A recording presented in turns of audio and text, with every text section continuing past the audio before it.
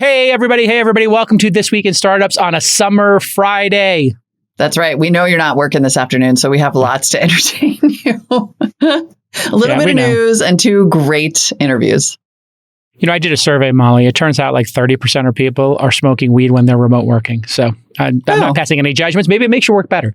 Anyway, big show today. First, we want to talk about some big news around Amazon Basics. The Wall Street Journal reporting from anonymous sources that Amazon is talking about exiting the private label business entirely. Yeah.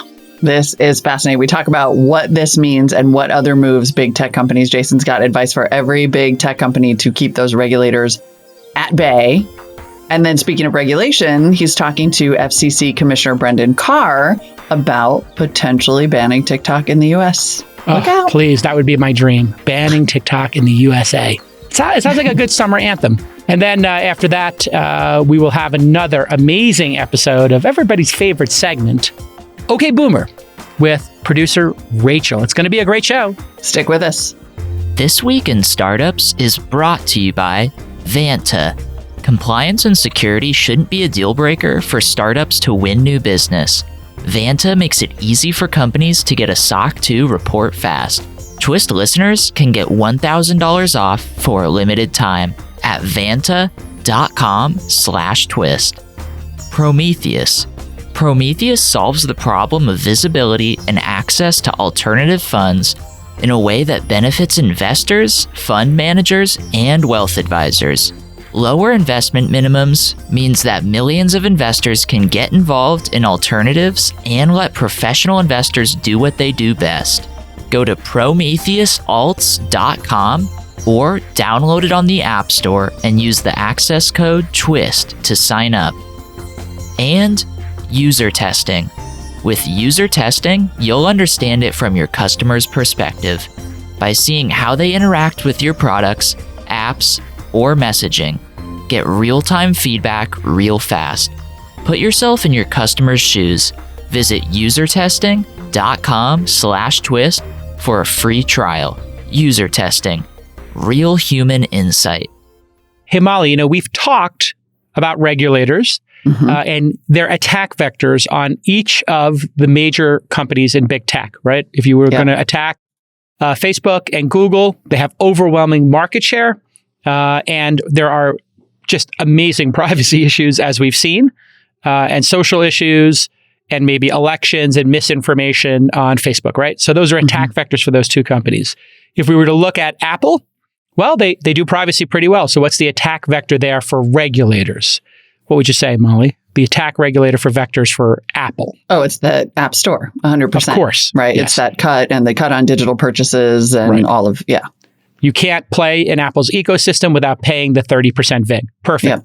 Now, what is the attack vector for Amazon? Because it's an open marketplace. Anybody can sell anything, right? And prices just keep getting lower and lower.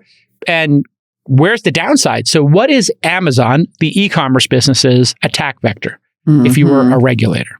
Yeah, exactly. And separate from cloud, which we should note. Yes, that's why eventually I said the e-commerce. Exactly. We can go to cloud next, But sort of, yeah. So the complaint about Apple has been that about Amazon is that it has all of these third-party sellers, and that what it does is collect data on what sells best on its platform from third-party sellers, and then copy it and make their own.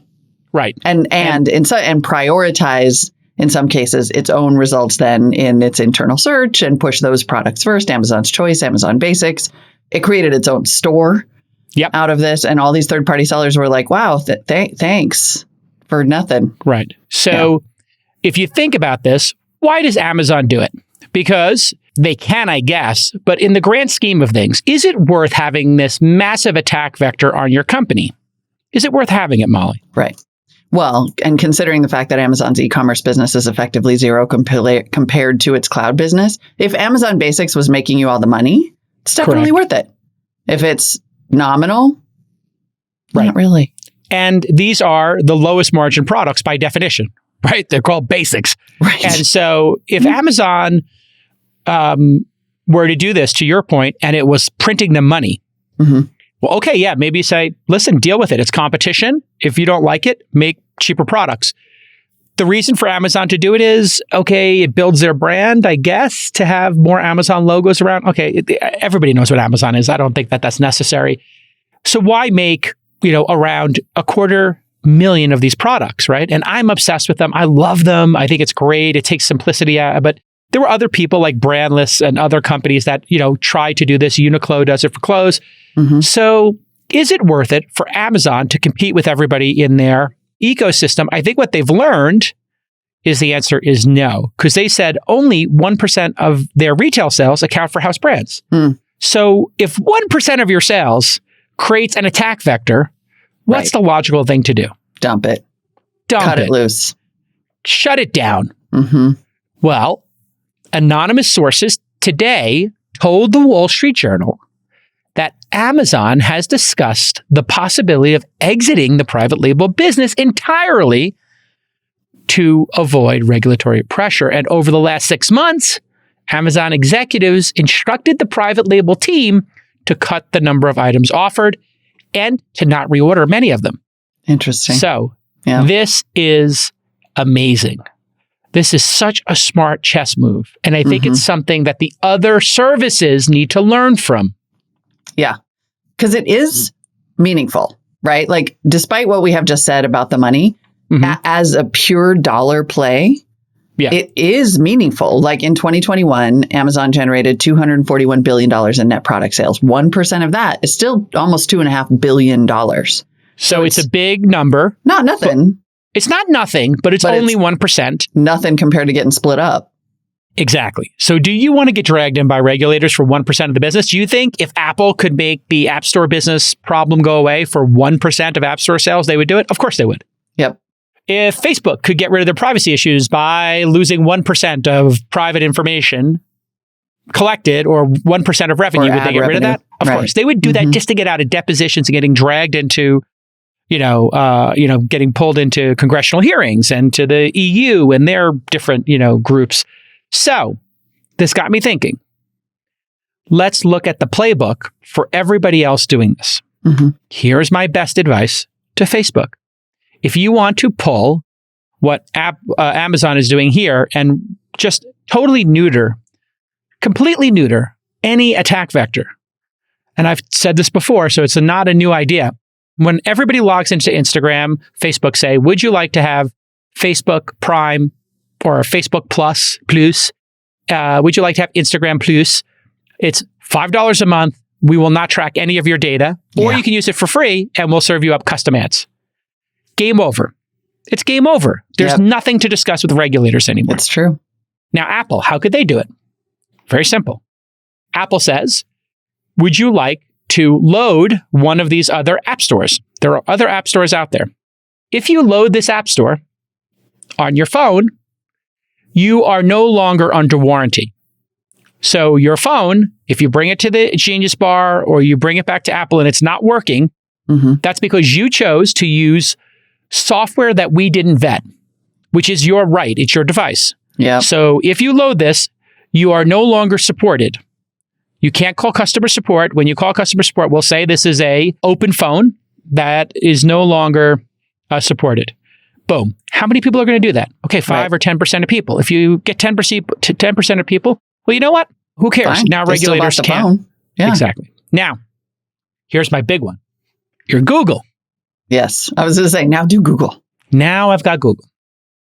Remember when Yahoo let you customize the homepage? Remember that? No. Maybe. Okay, Yahoo would let you customize your homepage. You could say, I'm interested in this stock. I'm interested in these topics.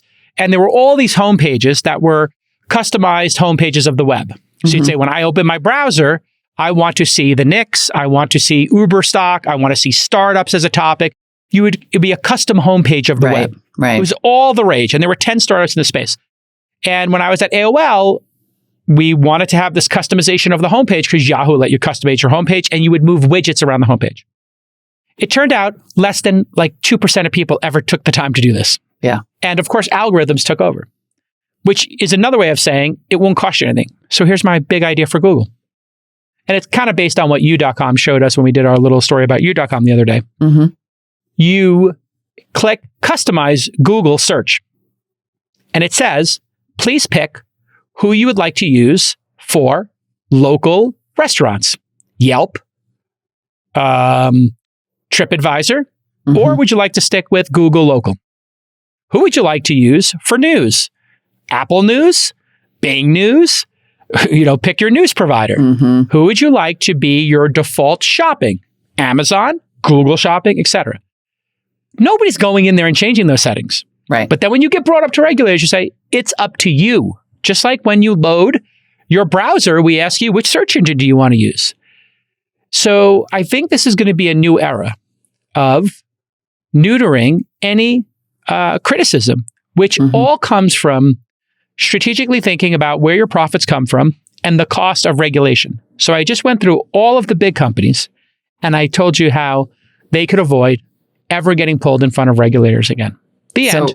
The only thing I do want to add, yes, we should note Google actually last week proposed moving its ad business because the Google complaint is manifold comparatively. There's the many search vectors thing. There's too many vectors. Exactly. Google's got more than the one vector. Like the search tweaks, which they should 100% do.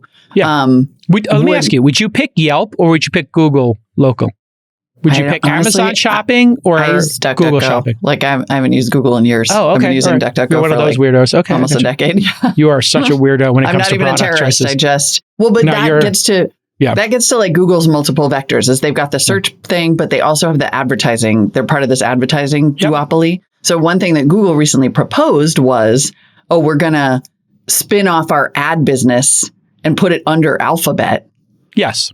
So that we can neuter this regulatory question, although it wouldn't necessarily fundamentally change anything about the ad business. It wouldn't change anything. So I that would be window dressing. You might have a better suggestion for them on that.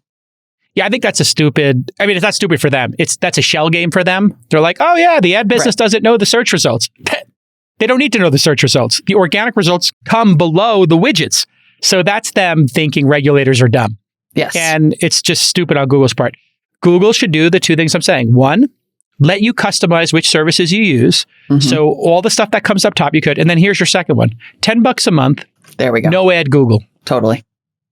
That's what I was going to suggest. $75 a year or $10 a month, you can have no ads on Google. You just see organic results.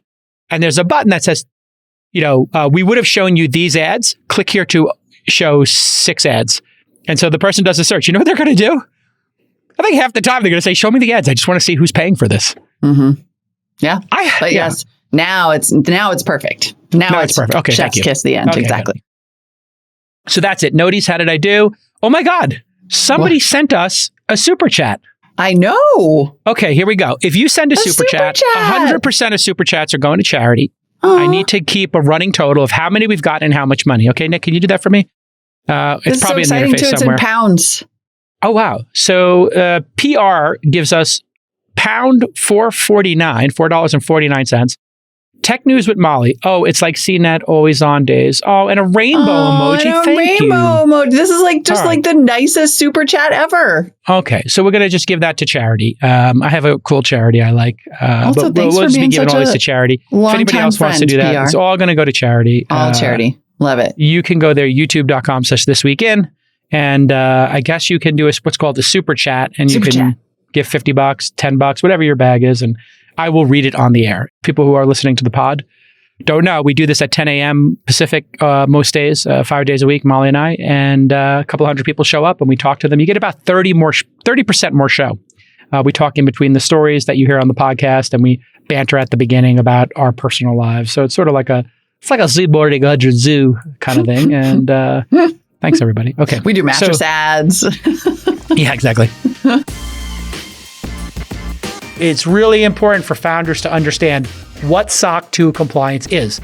Basically, if you're a SaaS company or a services company that stores customer data in the cloud, then you need to be SOC 2 verified from a third party to close major customers.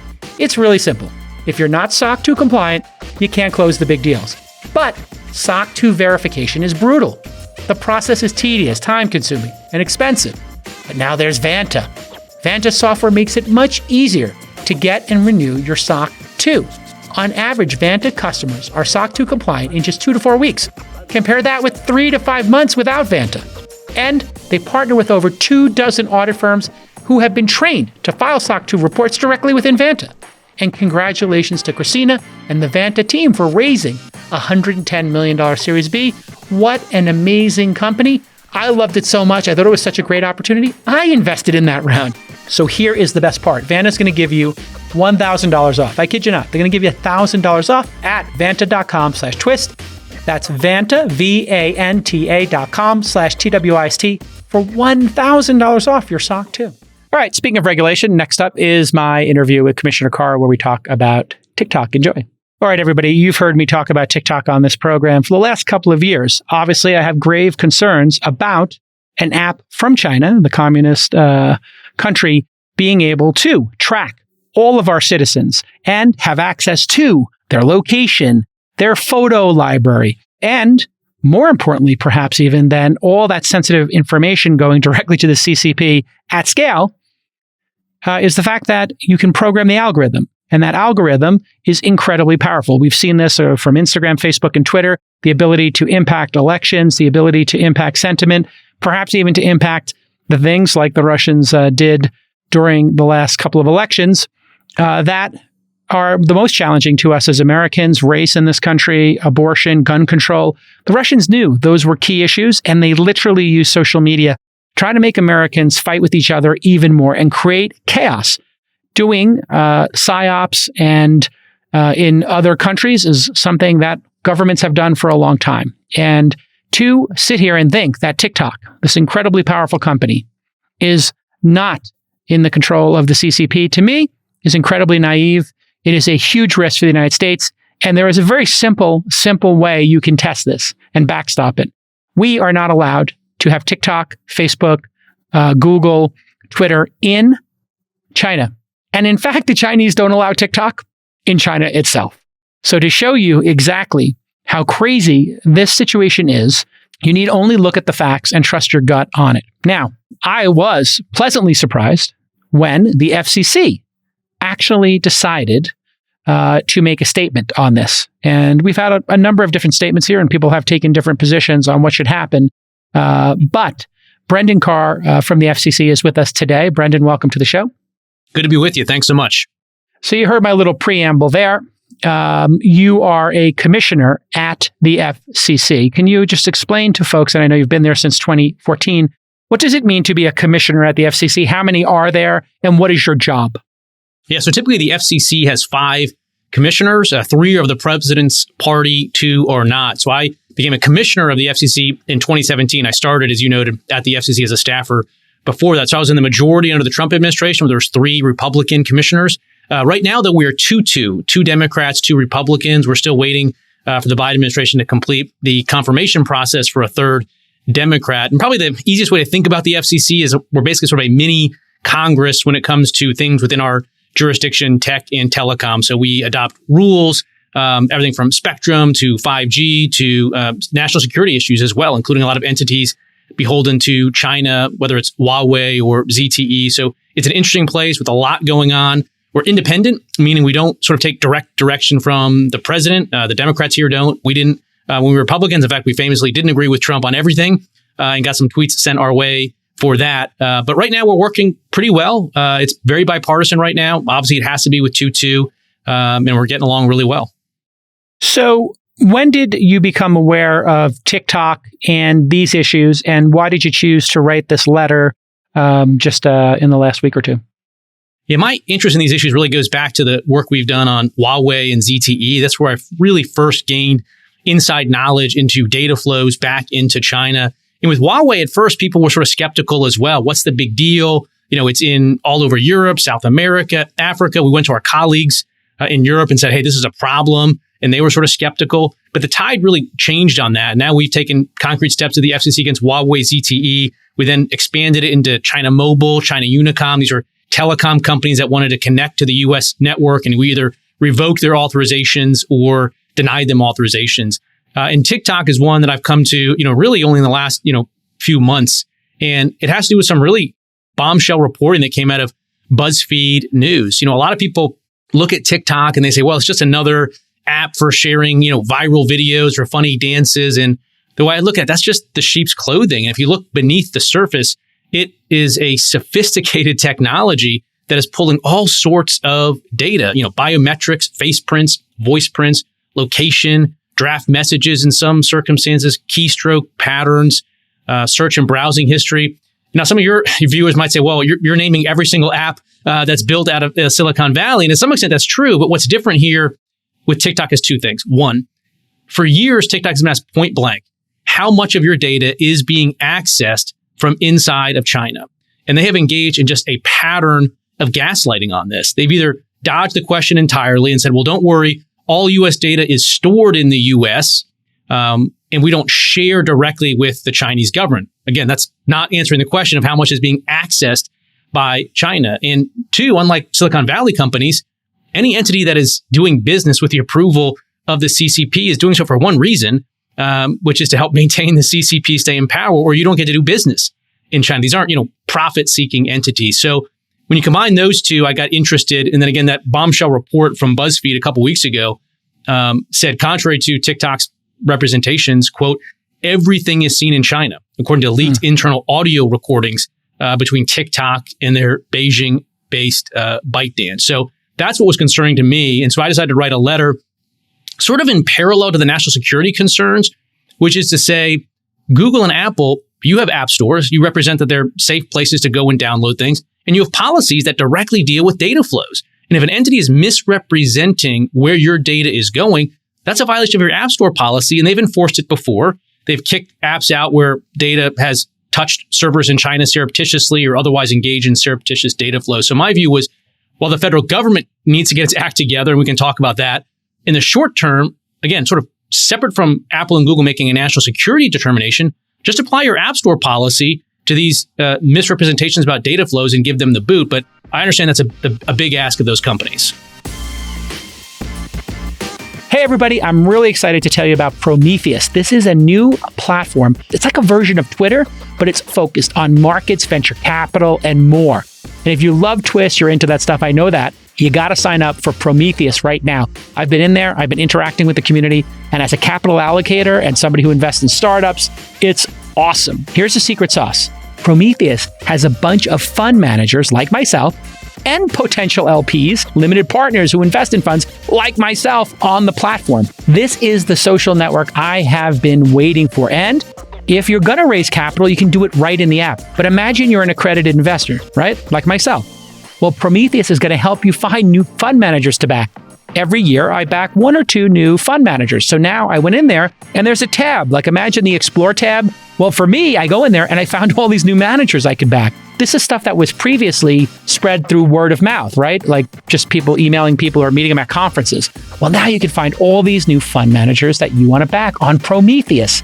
And if you're a fund manager like myself, they're going to give me access to potential LPs so I can fill up my fund and meet more people to join the party and invest alongside me in startups. I couldn't believe it. My mind was blown when I saw Prometheus. And if you're a civilian and you just want to learn, well, Prometheus can help you learn from all these awesome fund managers. I was posting some of my J trades on there and getting great feedback. Prometheus solves the problems of visibility and access to alternative funds. And it has lower investor minimums. So that means a bunch of investors can get involved in alternative funds and let fund managers do what they do best, invest. So go sign up for PrometheusAlts.com. Let me spell that for you. PrometheusAlts.com. PrometheusAlts.com. And right now, I want you to stop what you're doing, go to the App Store and search for Prometheus and install it. In order to get in, they're going to ask you for a code. You want to guess the code? It's TWIST, T-W-I-S-T. And follow your boy JCal. Just search for Jason Calacanis when you sign up and you'll see me posting my J trades there. It's a really cool, well-designed product. Congrats to the team over there. Really blown away and can't wait to interact more with the community on Prometheus. It's a big ask, but I think it's the right ask to make to challenge them on it. And also, as you heard in my little preamble there, TikTok is not allowed in China, is my understanding, nor obviously is Twitter and Facebook and Google and other services. The fact that we do not have a reciprocal arrangement with China, what does that tell you? Yeah, I think reciprocity is a great starting point for international relations. And while I have focused up to now on these data flows back into China, there's a lot of concerns, and you've gotten into it before, about foreign influence campaigns and what is these videos and these messages and the virality of it. I mean, you've talked about Minions and getting kids to buy suits, an unprecedented thing. I mean, it's hard enough to get someone to vote. I mean, try getting a kid to go out and buy a suit and wear it to the movie. So there is a lot of concern as well on the foreign influence side as well. And look, if they're not letting that type of influence and that type of campaign take place inside of China, I don't know why we are allowing it to take place here. And I'm not at a point yet where I would say, any entity tied to China should be kicked out of the U.S. Although I do think long term, we need to be looking at a broader decoupling strategy.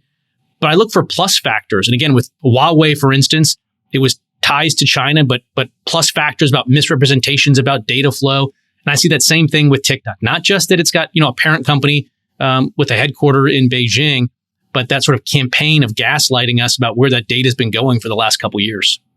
And that was, I think, a big part of the BuzzFeed article is that those leaked audio documents made it clear that even with the action that was taken under the Trump administration to say, hey, where's the data stored? Where is it physically stored? Now, if we're all accessing information here in the United States from our computers from all around the world, it does not take a genius to understand that where data resides on a global high-speed internet does not actually matter. It could be in the US and be completely compromised by the Chinese Communist Party, correct? Yeah, that's exactly right. And going forward, TikTok has said, well, don't worry. We're working right now with this Committee on Foreign Investment we call CFIUS, based out of Treasury. And we are negotiating with them to allow some set of data to continue to go back to Beijing.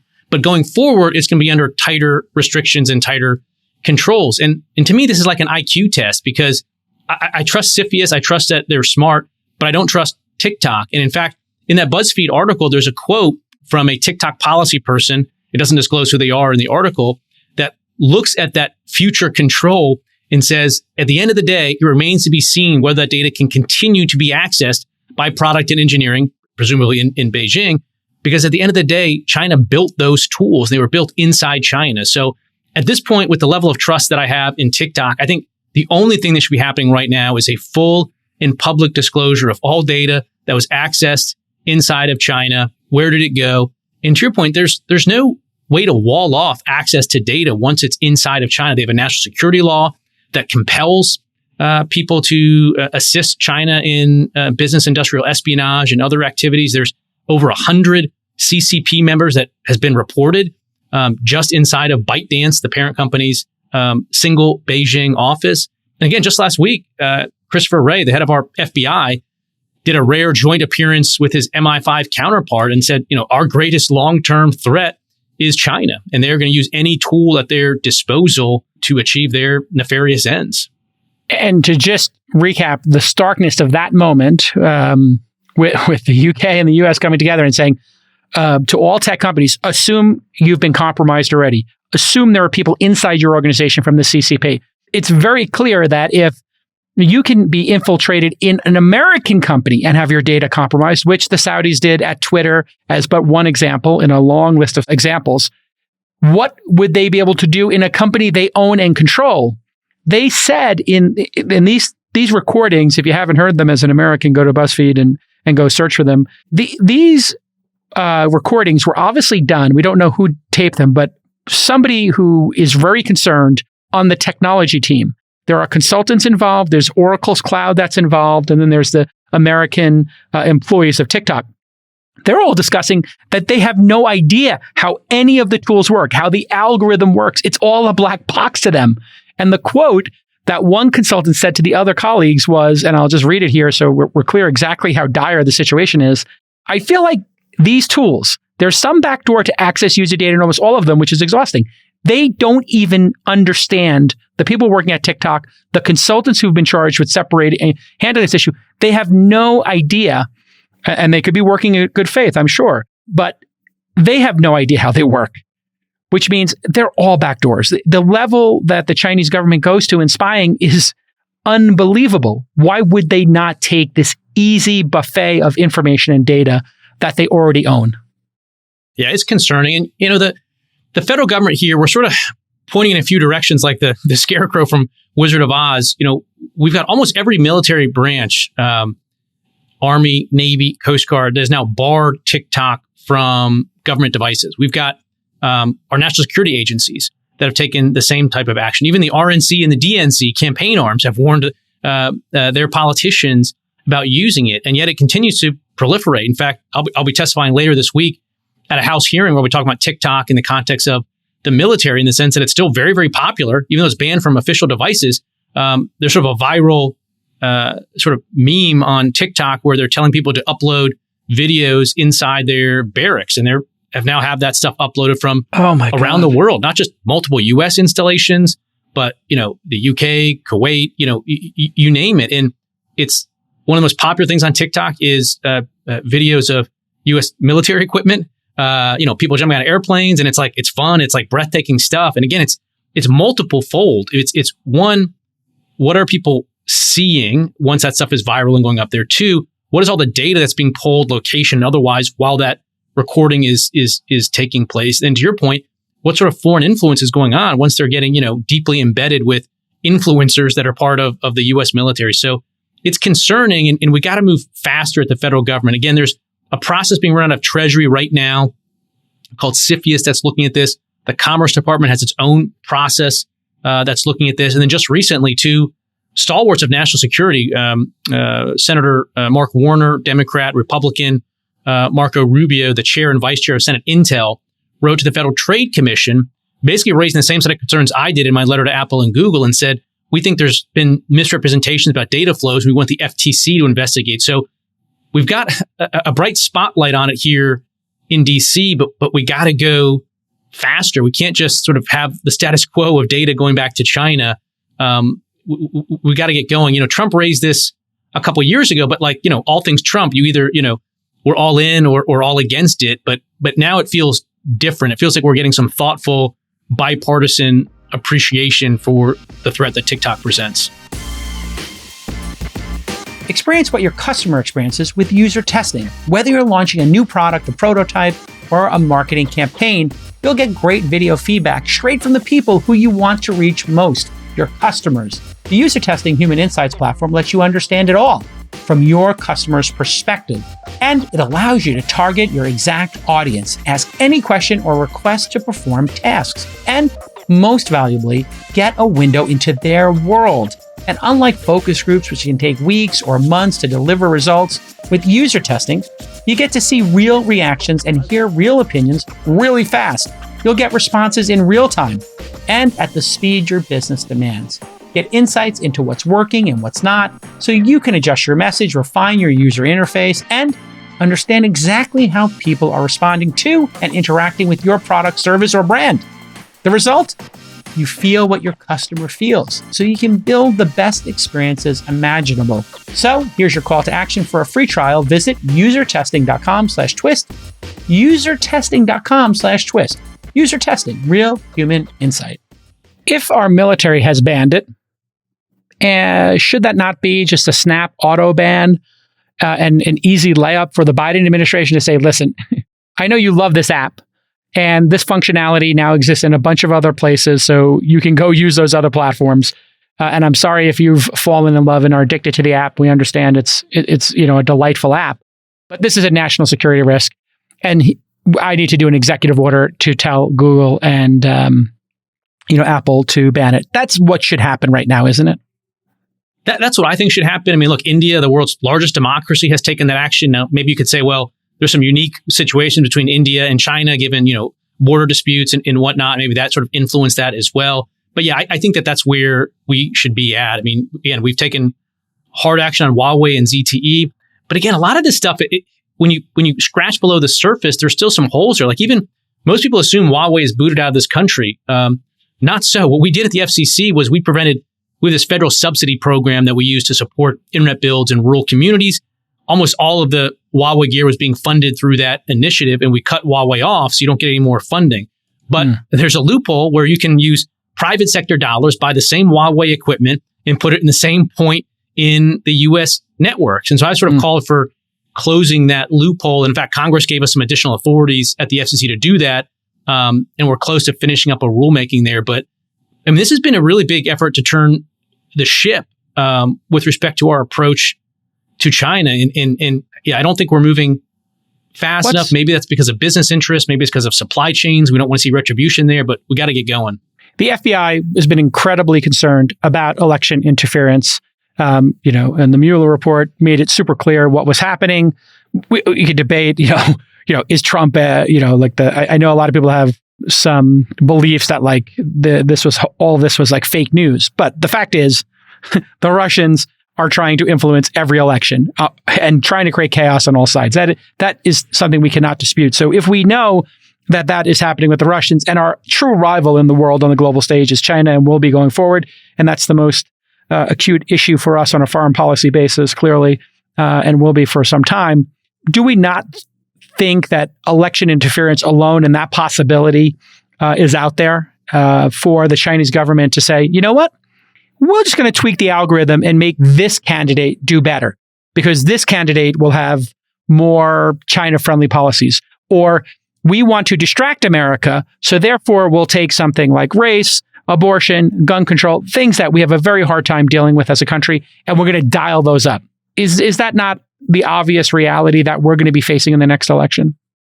Yeah, I think that's a real concern about foreign influence campaigns. And if my memory's right, there was some election, I can't remember, in New York, and one of the candidates either was an outspoken sort of critic of the Tiananmen Square crackdown or otherwise, and we saw sort of evidence of China sort of weighing in and trying to put a thumb on the scale against them. I'm not saying that was a TikTok effort, but yeah, I mean, once you have these things in people's pockets, once people have people's eyeballs on these screens, who knows what can happen. We have rules at the FCC. If you want to buy, a broadcast TV station, one, you can't reach 100% of the population because we have rules that limit the percentage of the population that any one person can reach through a broadcast radio or broadcast TV. And two, we obviously do a very sort of studious foreign influence, foreign holdings review. And frankly, I think that's what, CFIUS should be doing as well, is taking a look at that serious potential for sort of foreign influence operations through TikTok. If you were going to build the perfect app to do an influence campaign, the obvious way to do that would be to make it delightful and very light and fun and playful. And if it's become that popular and that's what it's known for, wouldn't that also indicate that that's the perfect cover for a nefarious app? And how much does the popularity make your job harder? Yeah, I guess. Yeah, I mean, look, the sort of product placement analogy, right? Sort of, putting a can of Pepsi in a movie and making you want to buy it is oftentimes more, persuasive than, the direct beating you over the head to buy something. And that's certainly something you can accomplish through TikTok. And it's a challenge. Again, most people just look at this and I don't get it. It's just my cat video. There's no espionage value in it. And they don't understand that underlying data that's there. And again, if you're just, one parent and one kid, is there a lot of value to China having that? I don't know. But again, when we have millions and millions of Americans that have downloaded these and they're getting all of that data and they can, speak directly to them, that's a big risk. An easy way to test this would be for Americans to try to trend Tiananmen Square on the app. Yeah, I'm not on TikTok, but people tell me, yeah, if you search for certain things on TikTok or other social media, it's a very distorted perception feedback that you get back. So if we ran advertisements to discuss Tiananmen Square and the plight of the Uyghurs, if Amnesty International bought an ad campaign, Human Rights Watch, the UN, we could really test a number of these this year. So I'd encourage the audience, if they would like to test this, to put up some videos about the Uyghurs, put up videos about Tiananmen Square, and talk about human rights violations in China, Hong Kong, which you will have a never-ending stream of them. In fact, I'm going to start doing that as part of this. Well, make sure you use a burner phone for that. I don't want you, getting your data sucked back into Beijing. Exactly. I will literally do that on an Android burner phone.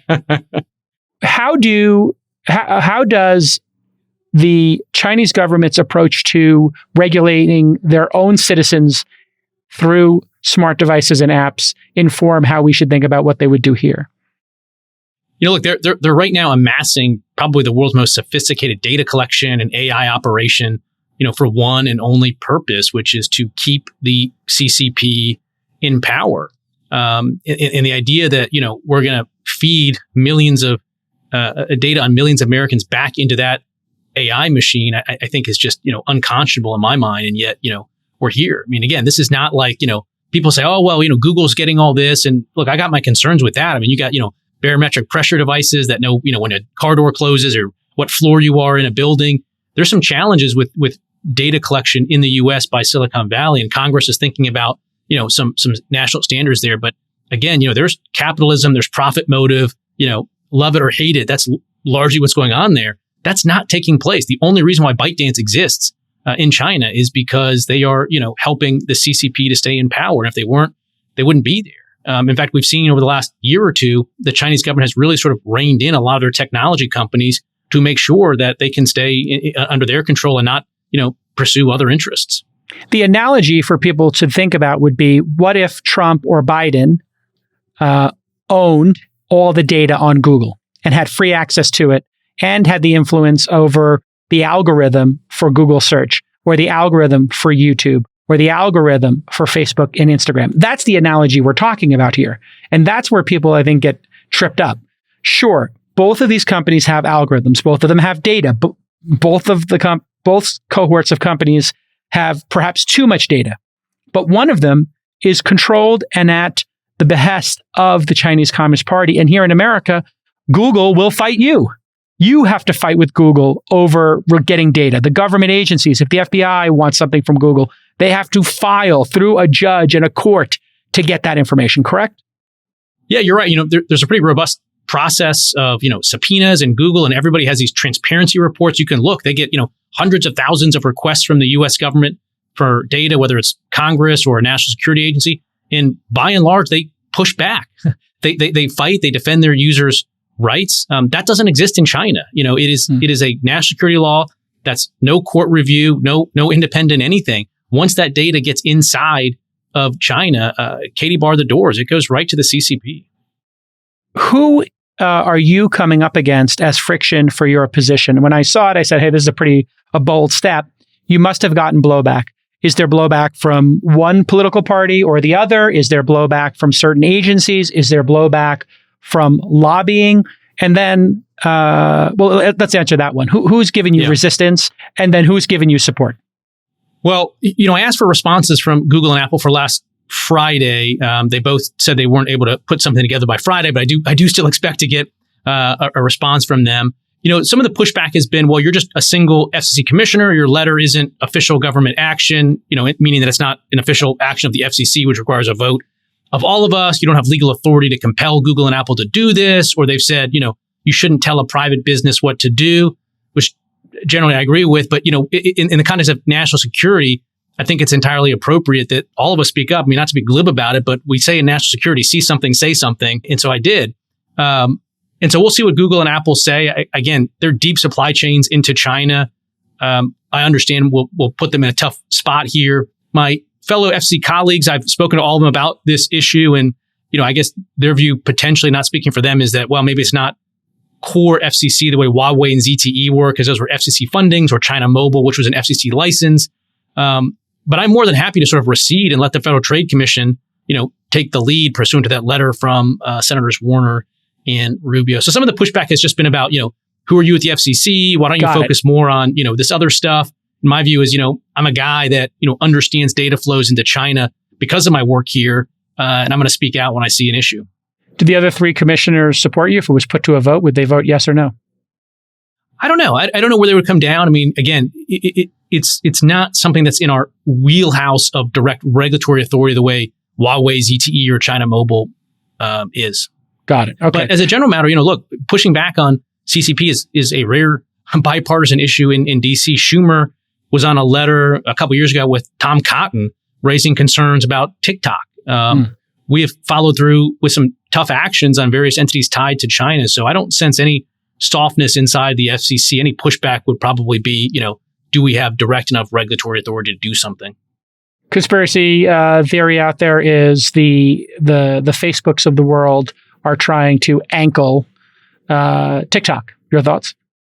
I saw that. It's pretty funny. I mean, I lodged more than my fair share of criticism at Facebook and their practices. But, for me, this is simply an extension of what we've done on Huawei, on ZTE, and the BuzzFeed news reporting.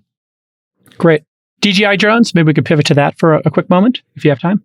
Yeah, I'm concerned about that as well. I mean, look, it to some extent, it's very similar to what's going on with TikTok in the sense that these are very sophisticated platforms. And so I put out a call almost a year ago now, again, asking our national security agencies to give a thumbs up or thumbs down with their final view. I think there's enough there for me to be concerned.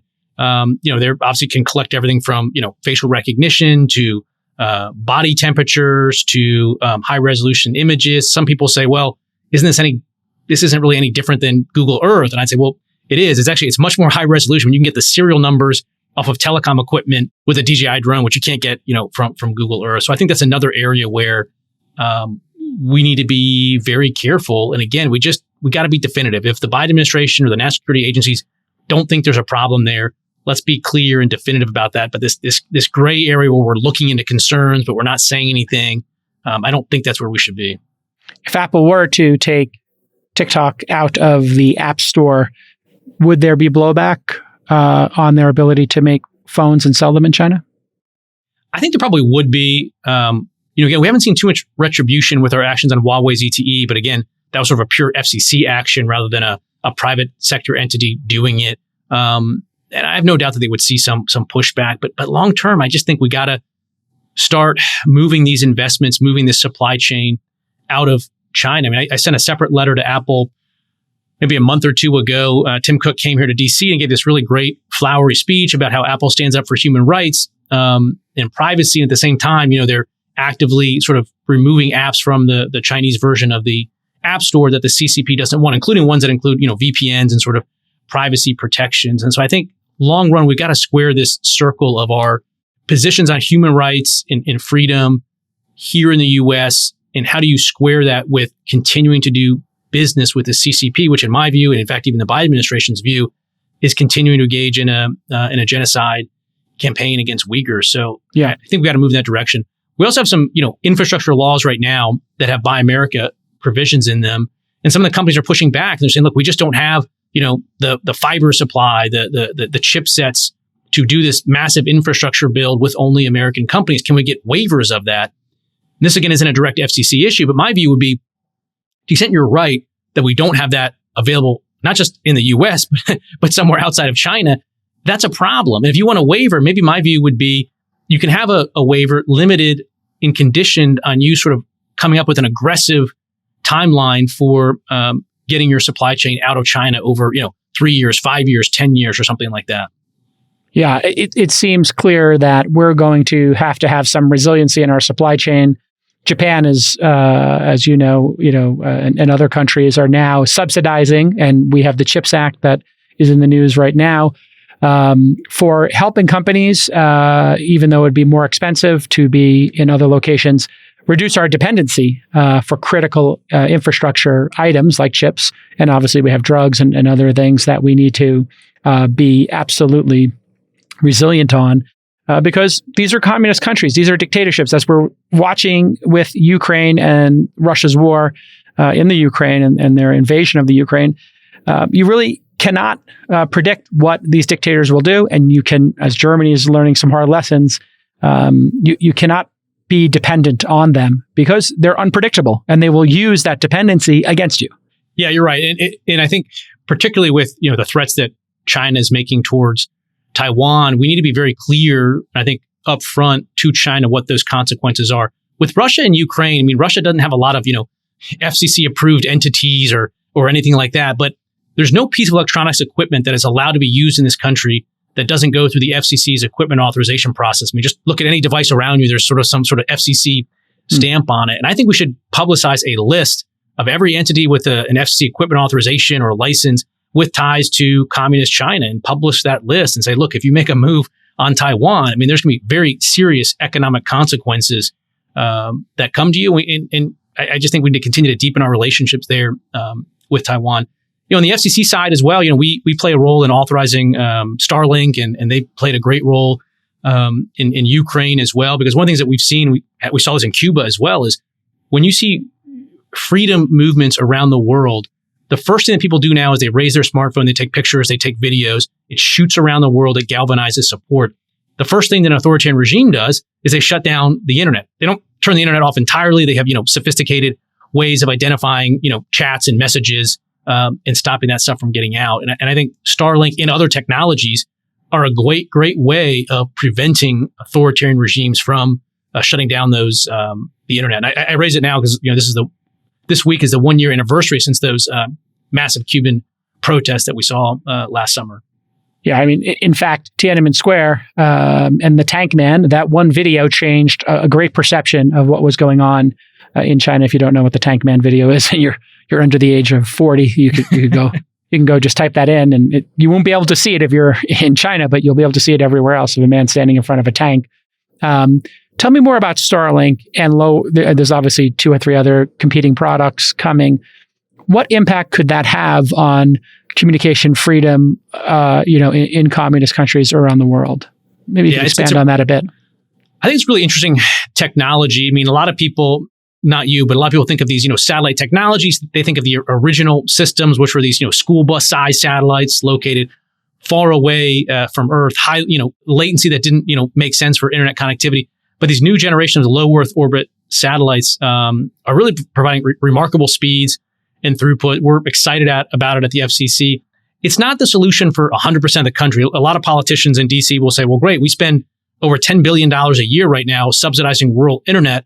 Let's just shift everybody over to Starlink and stop spending $10 billion. But the Starlink system can't handle, the entire U.S. population. So there's going to be an important role for it, particularly in rural America. But to your point, more broadly, you look at Cuba, you look at Ukraine, there's a real need for the ability to stay connected either when terrestrial networks in Ukraine are damaged, or in Cuba when there's an authoritarian that shuts it down. And so, look, we've long seen that, the free flow of information over the modern means of communication accelerates the downfall of those that govern without the consent of the people. And this started with, leaflets back in the revolutionary era. We had, radio-free Europe. In fact, right now we continue to send radio signals into Cuba. And the modern day version of that is the internet. And so I've long said that we need the strategic capability, I think Starlink and others can be part of that, of standing up robust internet services in foreign countries. Wow. So I wonder what the response would be from Russia or China if we were to send, or Saudi Arabia, or a Middle Eastern country, if we were to fly a sortie of low Earth orbit satellites, I'll leave Starlink out, but these could be government ones, over those countries and said, hey, with this, and sneak in some on the ground, some satellite receivers, hey, here's your internet, go, and then all of a sudden or long distance Wi-Fi, whatever, however it's done. Yeah. This could be just groundbreaking in terms of the impact it would have.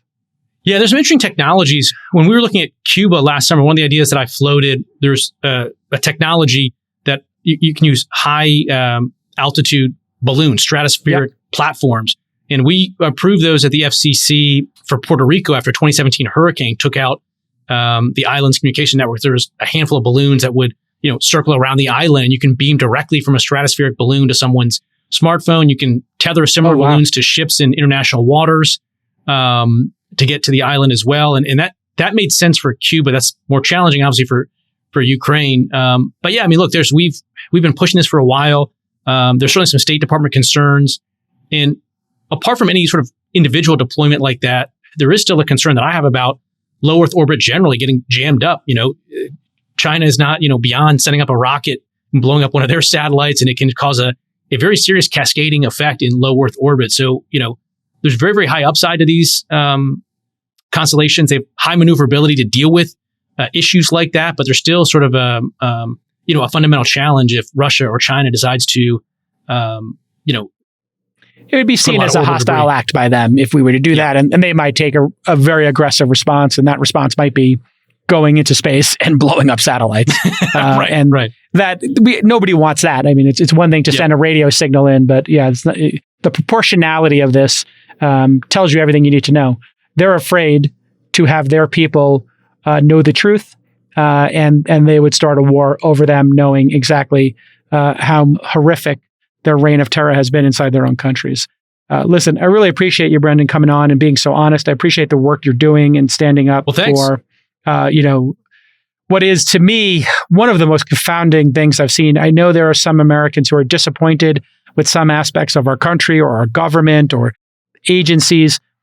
But I think all Americans need to understand the existential risk we are facing with communist countries and their ability to track our children or to change sentiment in this country. These platforms are incredibly powerful. TikTok is unbelievably powerful. It is not what you think you're using when you see cat videos or dance videos. That's the content we're creating. That's not the data they're collecting. These are two distinctly different things, and you need only look at their track record to understand if you should give them the benefit of the doubt. They have 1 million people in concentration camps as we speak. It is not a debatable subject. And if you buy the wrong book or you use a VPN in China, you will be re-educated, which is translation for raped, beaten, tortured, and imprisoned until you, change your position. So this is a pretty sadistic and insane group of people that we're dealing with, and there is absolutely no justification for taking the risk. And why would we give this business to them anyway? We should kick them out of the country. We should do that now. There's plenty of other platforms that will make a delightful app. Thank you so much, Brendan, for your time. Yeah, thank you. Really appreciate it. Enjoyed doing the pod with you. Thanks for all the work that you're doing. I'm an avid listener to all the stuff that you do. I learn a lot. And it's interesting to hear your voice in actual real-time speed. I listen to my podcast at 1.5. And so you sound just as good in normal speed than 1.5 speed. Thank you, Commissioner. I appreciate it. Keep up the hard work, and we'll see you next time. We'll have you on again. Hopefully we get some resolution in the coming weeks to your very important letter. Thanks. Thanks, my friend. Cheers. All right, it's time for OK Boomer. It's Friday. Where's Rachel? Is she here? Is she here? Where's Rachel? There she is. Here. Hi, guys. Hey, Rachel. How are you? It's crazy hot in New York, but I finally got an air conditioning unit, so I'm pumped. Oh, wow. You got is it hanging out the window? Well, actually, that's not true. We only got one AC unit for the whole apartment, so we keep our doors open unless I'm recording, and then I have to close my doors. So right now I don't have AC, but I promise it's a hashtag NYC life. That's right. That's right. It is. I remember those days, 100 degrees and 100% humidity. Nothing like July and August in the city. You're one of the few people working. I was the same as you, Rachel. When I was in New York, I would work. I'd be there in July and August. All my friends, they would go decamp for the Hammies and go to the Hamptons. Or upstate New York is now, they go to Woodstock now, I hear the kids.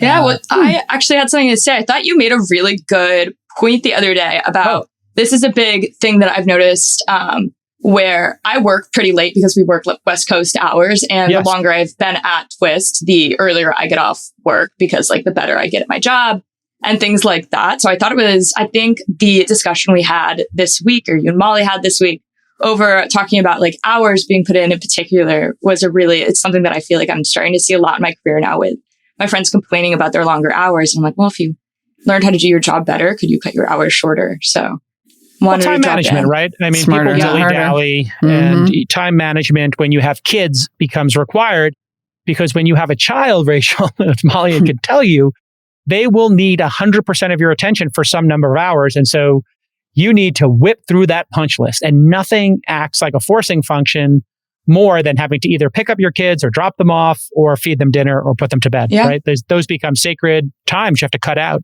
And so you become cutthroat and you start using time management techniques. But let's get to it. Who do you got on the show? So this is the first time I've ever had a reoccurring person come on the show. Eric Button was actually on episode 1372 to talk about his experience as a founder at Miami Hack Week. And his company finally came out of stealth. He is the founder of a fintech company called Contrast. Okay. What does it do? Yeah. It enables credit card users or debit card users to get cash back when they buy goods made in America. So I thought that was really interesting, right? Yeah, really cool. Leap out the F. America. You know what? You know who loves America? Heck yeah. Molly. Molly loves America. Heck yeah. I'm just saying you could have gotten a lot of cash back on a Peloton until yesterday. Yeah, now it's in Taiwan. So no more Pelotons for you.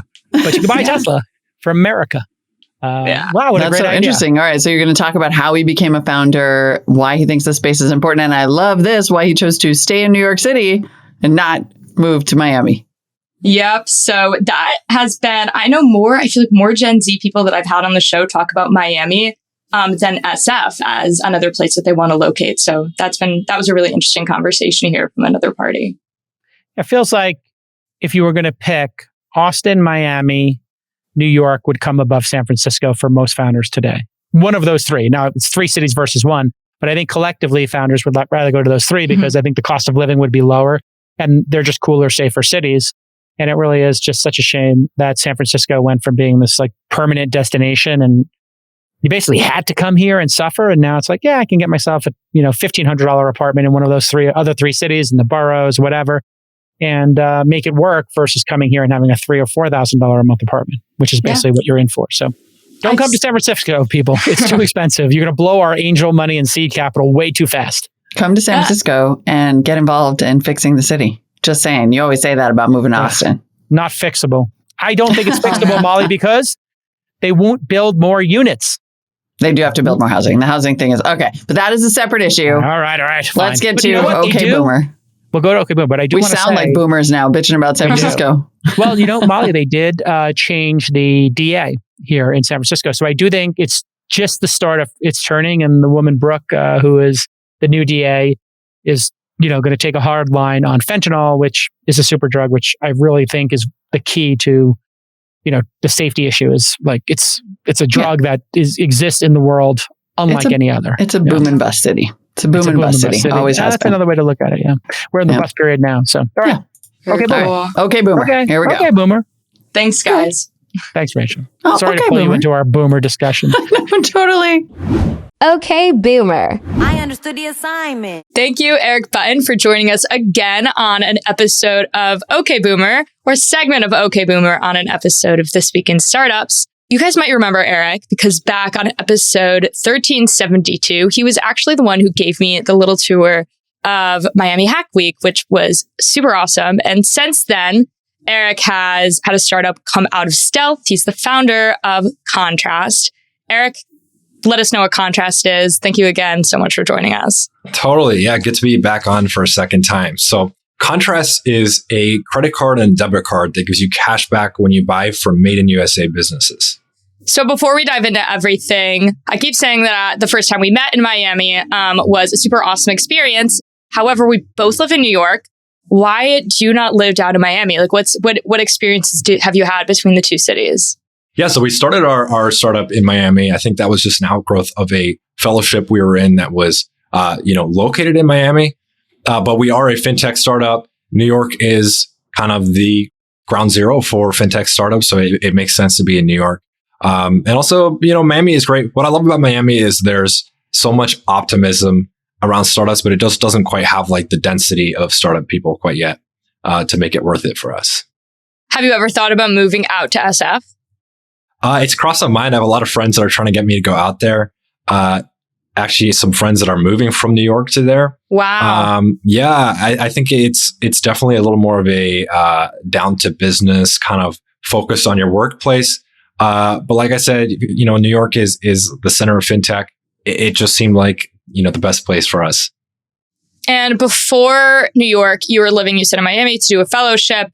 The fellowship that you did was amazing. I've actually spoken to other founders, including Patrick, who was the founder of Flapjack, that was in that same circle with you. And I've heard amazing things, but were you living in Miami before that? Or did you just move down there for that experience? I actually was not. I was in New York before that. And just in and out of New York. I grew up kind of near the city. So that probably honestly factored a bit into the decision to kind of stay in New York with our startup.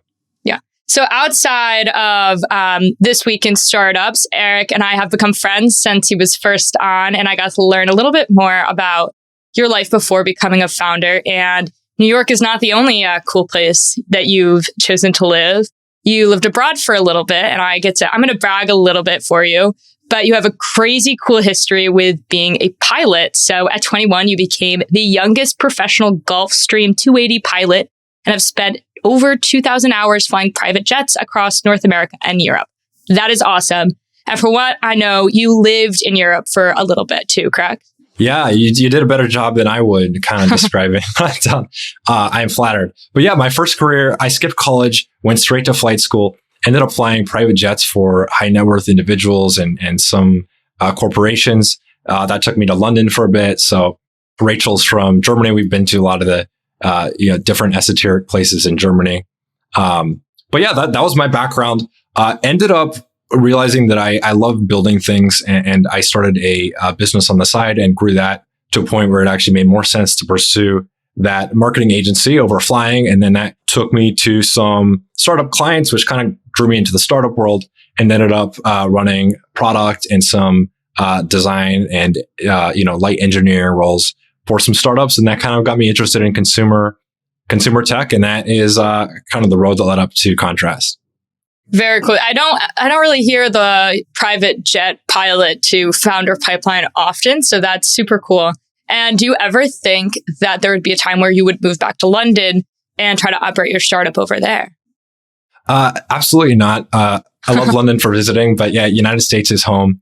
I really appreciate what this country's given me, and I think it's the best place to start a startup, and it'll be that way for a few decades more, at least. Yeah, it would be pretty silly, I guess, too, if you moved over to London when you're making a cash back.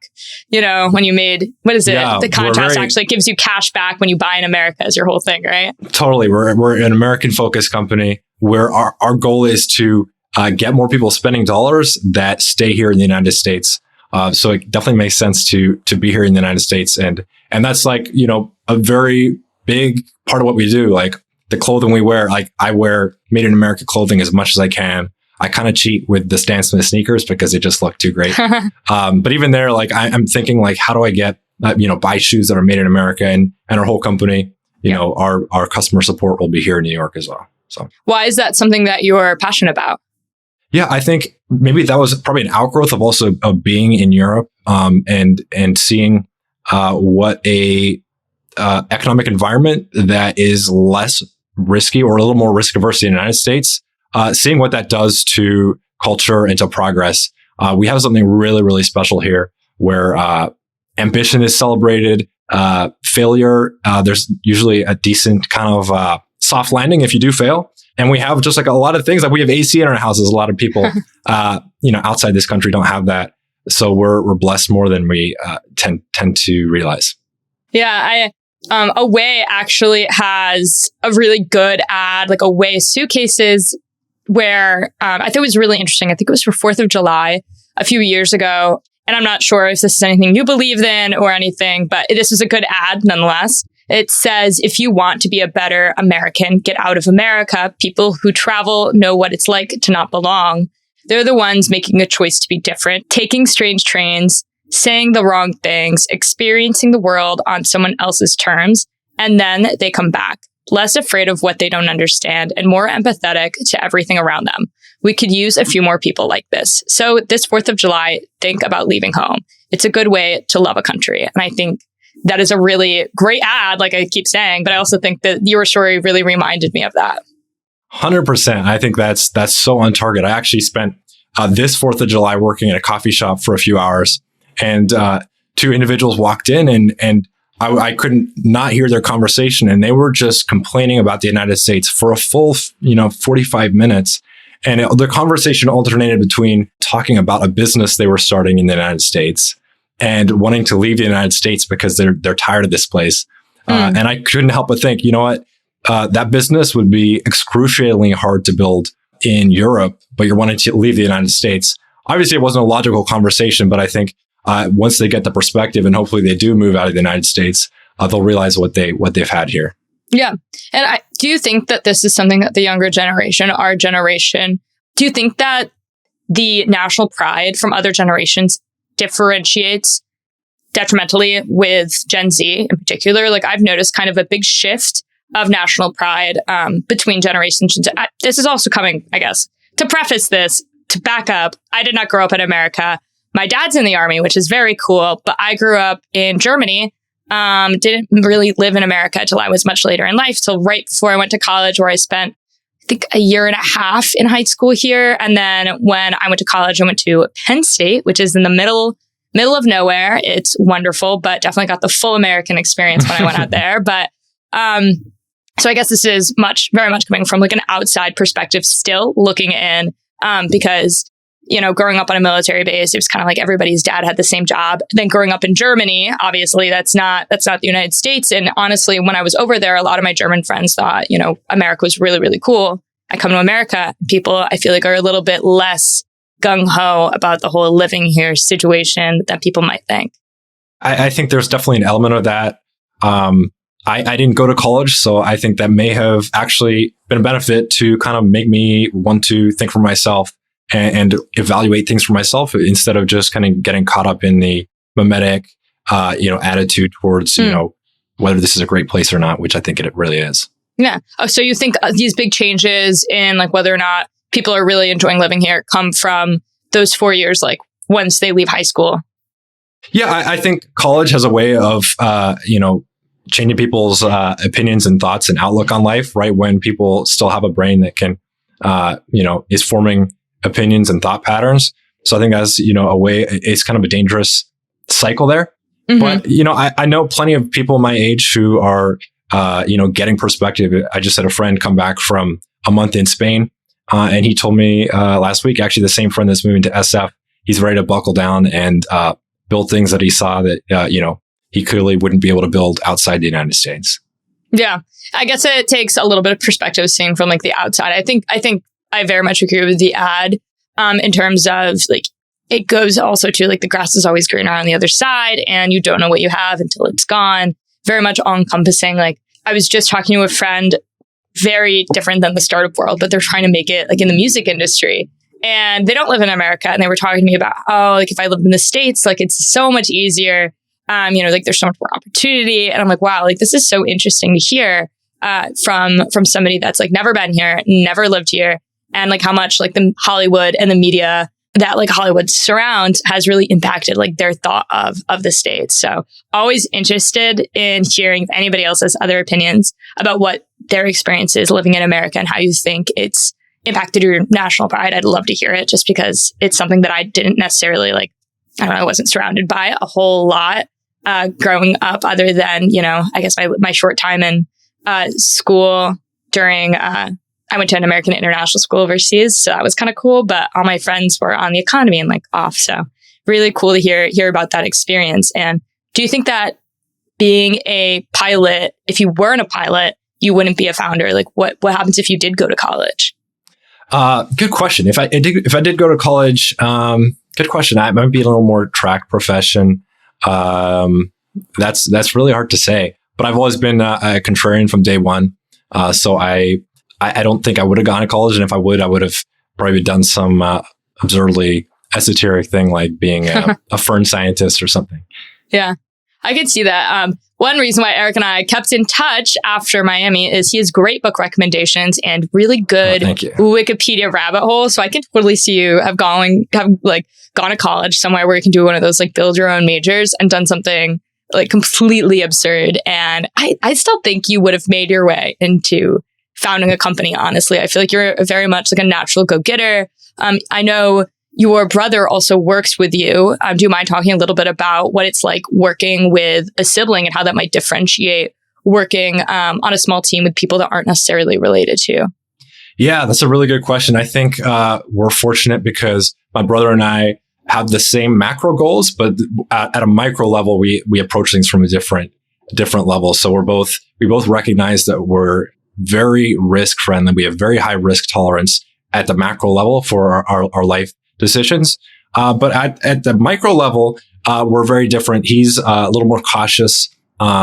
He wants to see the numbers, and I'm more like, let's just get that meeting on the books. Let's sign that deal. And he's more like, let's slow down. Let's diligence this for a minute. So I think we complement each other well because we're heading in the same direction, but we might not take the same route to get there. Yeah, no, that totally makes sense. And do you see mistakes made by other founders around your age that are being made that you think are really avoidable? Yeah, as far as mistakes made by other founders, I think one thing that's worth shying away from is trying to catch a train that's leaving the station versus maybe thinking ahead and thinking for yourself. So maybe a bad startup to be doing right now is jumping on a crypto train when you could be thinking towards health tech or hard tech or maybe the future of AI. Or just, an unpopular opinion, because like our startup, we run into some headwinds where we're slightly unpopular from the stance that, we're building something that is slightly political, which is a little bit of a headwind, but it's also an advantage because it's kind of like a wide open space for us. Have you seen any pushback from the contrast debit card yet? No pushback. No pushback yet, but I'm sure there's, some people we've talked to that have quietly decided they, don't want to invest or do business with us, which we're, completely okay with. And have you had people come to you then on the opposite side of things, been like, wow, I can't believe this doesn't exist yet? And to that question, why doesn't this exist already? Yeah, that's a good question. Actually, we have a tiny link at the bottom of our website, which says careers@contrast.app, and it just pops open your email browser. So you can send us an email. And pretty much every day we have someone being like, hey, I love this to death. I want to work here. So there's so much support pouring in. Every day I get another DM from someone being like, hey, I love this. Let's grab coffee, or let me know when your next round is open. I'd love to put in a personal check. So a lot of people are on this train. I think we're riding the beginning of a wave. We're seeing a ton of manufacturing jobs come back to the United States. If you look at the Google search trends for Made in USA, it's double what it was in 2019. So it's the beginning of a wave, and we're getting a ton of support. Wow, that is insane. Are there any other competitors in this space right now? Because I feel like this would be something that a lot of people would be, like you already said, you're getting incredible amounts of support from it. But I feel like maybe just a few years ago, there was a big push towards like the whole Made in America pipeline, especially for consumer goods. I remember there was a bunch of fashion brands that really popped up, and they were talking about onshoring things. I'm surprised during that whole wave of consumers being really conscious about the clothing that they wanted to be made in the States, that a credit card or debit card didn't follow. Like, why do you think people were hesitant to dip their toes into the space? Yeah, really good question. We're seeing some startups or some companies like Walmart, they're investing $350 billion over the next 10 years to get more products made in the United States. But on the other hand, you see Amazon, they're funding lobbying efforts against legislation that's trying to force them to mark what's actually made in America, what's not. Amazon does not want to go there for obvious reasons. So I think we're seeing a space that is just not strategic for a lot of these big brands to move into. For startups, we have our own headwinds moving into the space, which I love. I think that's just a really great signal. And, the few people that are in the space have not executed at the level we plan to. So, really? And what do you think the biggest issue is with executing? Like, what is the big problem that people are running into? I think no one's just assembled a really talented team to tackle this problem. There's so many people. Like if I wanted to buy a pair of Made in USA shoes today, I wouldn't know where to start. I'd probably have to start a Google search, and that would take me to Reddit, and I have to read a few comments or go to a Facebook group and kind of start digging and find out, okay, is it just Allen Edmonds that has white sneakers made in the United States, or does someone else actually make those? Mm-hmm. And no one's actually doing that research because, you have a buyer that has a high willingness to pay, actually a willingness to pay extra because they're probably going to be expensive sneakers, but no one's connecting that consumer with the brand. So that's what we're doing. Very cool. And what issues have you run into on the fintech side of things? Do you see any other difficulties that other people in other industries don't see for those that are interested in breaking into the space? Yeah, fintech is very compliance heavy. We spent an awful lot on compliance and legal, but it's worth doing right the first time. Mm-hmm. For fintech founders, I would say just do vendor selection very, very carefully and get it right the first time. Yeah, totally. And what advice do you have, I guess, for any other people that are looking to become founders, especially those from untraditional career paths? Yeah, I've seen some of my friends who are also starting companies now. And one thing that they're doing that I've just been inspired by recently is talk to VCs from day one. Worst case, they shut down your idea. Don't let a VC shut down your idea, but they're a good way to sharpen your thinking because they're coming at it from an approach of, they have skin in the game when they're talking to you of like, all right, is this going to make money for me or not? And best case, you start a relationship from day one. And they could become, an investor and change your company. That also has a really great effect of making VCs feel like they got in not only at the ground floor, but like before you even entered the building, right? It's like they might feel like they have a special deal just because they kind of happened to know you before you were even raising or before you even incorporated. So I'd say talk to VCs from day one. Most of them are pretty accessible. and just sharpen your ideas like that before you even start building. That's awesome. We actually haven't heard that advice before, so I think that's really interesting. Super duper excited to see what you're up to, and super excited to see you again around New York. Yeah, let's grab some more dim sum or Thai food soon. Right? Of course. Awesome. So thank you so much, Eric, for coming on the podcast. Where can people find you? Yeah, Twitter is a place to find me. I tie most of my self-worth to my follower count there. It's Eric Jacob Button on Twitter. So my first name, Eric with a C, Jacob, and then my last name, Button. Give me a follow there. Send me a DM. I will definitely respond. So awesome. Thank you so much again, Eric. And if anybody else has a recommendation for who we should have on a segment of OK Boomer, you guys can find me at @_Rachel Braun, also on Twitter. And I do not tie my self-worth to my follower account. So if I don't answer the DM, just DM me 2 more times and I'll be sure to see it. Yeah, or DM me and I will. Or DM Eric. I will call Rachel. Perfect person. Awesome. Thanks, Eric. All right, everybody, have a great weekend. But don't worry, you don't have to go very long because we'll be back on Sunday with another edition of This Week in Climate Startups and VC Sunday School. And we've got a ton of interviews coming up. We're going to do a lot of interviews this summer. Molly sat down with the CEO of Mark Cuban's new drug company, Cost Plus.